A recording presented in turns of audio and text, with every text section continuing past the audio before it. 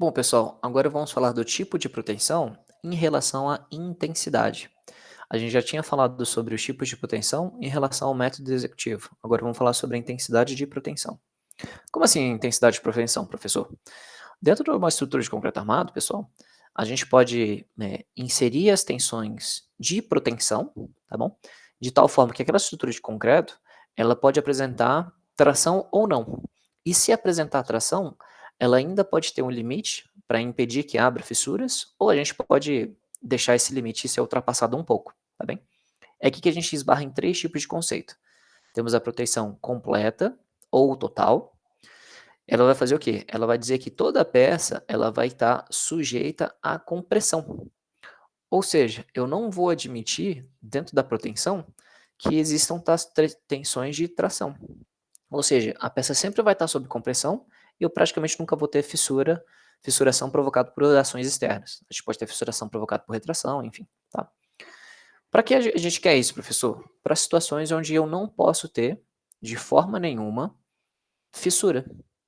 Onde que isso pode acontecer geralmente? Em reservatórios. Ah, perfeito, professor. Em reservatórios de água, ou de esgoto, ou de, enfim, dejetos, a gente não pode ter fissuração alguma, tá bem?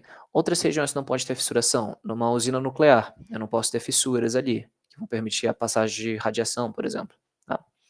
Outros exemplos, uma ponte sobre mar, tá? Como, por exemplo, a ponte Rio-Niterói, que é um ambiente de agressividade muito elevado. Então a gente não pode ter abertura de fissura, tá? Então nesse caso a gente vai botar tanto força necessário, tá bem? As forças de cabo, ou seja, a gente vai botar tantos cordoalhos suficientes para que a gente nunca tenha tração na peça. Beleza? Dúvidas? Ok? E por que a gente quer evitar tanto fissuração? Isso é uma coisa importante, tá, pessoal? O concreto protendido, quando ele tem fissuras, a gente tem maior possibilidade de ter corrosão. E a corrosão ela é mais agressiva em aços que estão tracionados, tudo bem?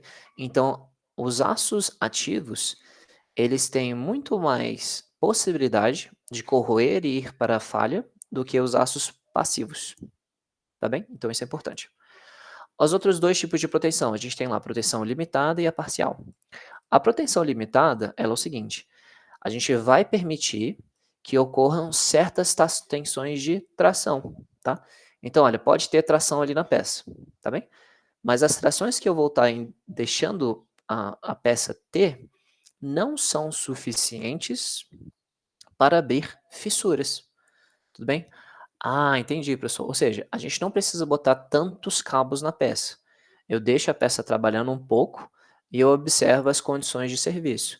Abertura de fissuras, deformação. Se tem um pouco de tração e não abriu muitas fissuras, ótimo, tá?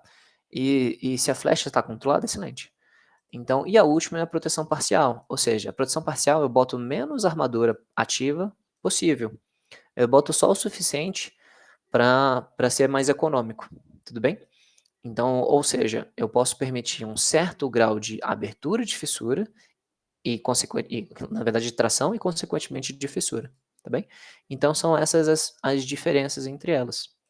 Tá aqui um esqueminha basicamente, a proteção completa, a peça fica basicamente em compressão, não existem fissuras, e a proteção parcial ou limitada, pode haver um certo grau de tensão, a parcial não necessariamente vão ter fissuras, e a limitada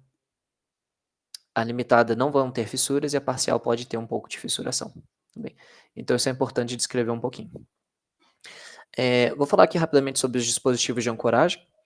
A gente tem alguns tipos de dispositivos de ancoragem. Esse daqui é para, no caso de proteção, de concreto protendido, com pós-tração, com aderência posterior.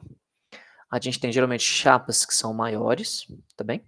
Blocos de ancoragem maiores e a cunha é basicamente, ele é uma engrenagem, como se fosse uma engrenagem que morde a cordoalha quando ela está entrando no bloco. É isso aqui que impede que a cordoalha escorregue, tá bem? A gente tem aqui o alimentador de injeção, que é um cabo, um funil e a bainha metálica. E aqui passam todas as cordoalhas juntas, tá bem?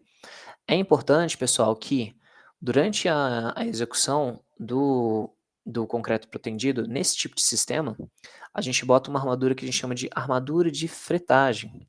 Isso a gente fala lá no concreto 2. A armadura de fretagem, ela pode ter essa característica helicoidal, tá bem?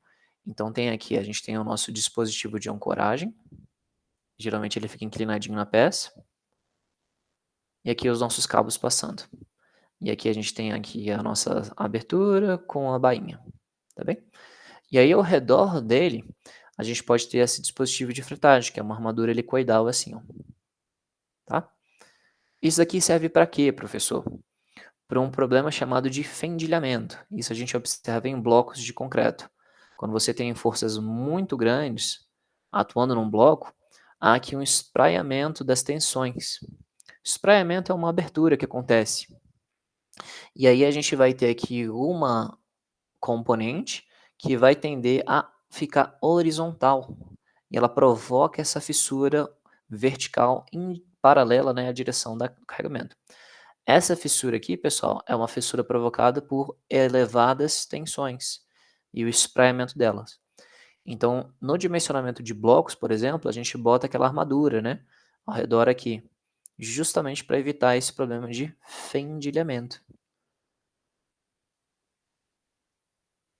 Então, o fendilhamento ele é combatido por essa armadura que a gente chama armadura de fretagem. A gente não bota apenas armadura de fretagem em sistemas de pós-tração com aderência posterior. Na pós-tração com aderência, sem aderência, a gente também bota lá, você tem um sistema bem menor, tá bem? E a gente bota uma armadura que ela tem esse formato aqui, ó. É um formatozinho de U. Você já deve ter visto isso em canteiro de obra, tá bem? É o mesmo sistema. Então tá aqui, pessoal. E aqui é o dispositivo de ancoragem para armadura de pós-tração sem aderência. Você tem lá o bloco, a nossa cunha, que é bem melhor, observe, a luva e a cordoalha engraxada, tá bem? Aqui está a chapa, essas chapas são normatizadas, elas geralmente têm 7 por 14 centímetros ou 6 por 12, enfim. Aqui está a armadura de fretagem, como eu havia falado também, tá? Eu recomendo, pessoal, que você observe o manual de boas práticas de execução, que eu vou mostrar para vocês depois. Mas é aqui que é feito essa instalação do dispositivo. Então, quando é concretado e fica os copinhos para fora, a gente instala lá a cunha, aplica-se o macaco, e esse macaco ele tem como se fosse um relógio aqui, ó, um pressurômetro. E esse dispositivo ele mede a intensidade que esses cabos são puxados. Em projeto a gente especifica, o cabo vai ser puxado 100 milímetros, ou quando ele atingir uma pressão de, por exemplo, 30 MPa, tá bem? Exemplo. Então isso tudo é especificado em projeto, para que à medida que o operador estiver tensionando o cabo, esse cabo não seja rompido por excesso de tração. E esse cabo, pessoal, ele tem que ser tracionado com muito cuidado. Não pode ter uma pessoa aqui atrás do cabo, porque se esse cabo falha, ele sai pela ponta desse macaco como se fosse um tiro de uma arma. Ele é muito forte. Ele quebra granito, pessoal. Ele fratura concreto. E para nós humanos, ele pode nos cortar facilmente, matar uma pessoa.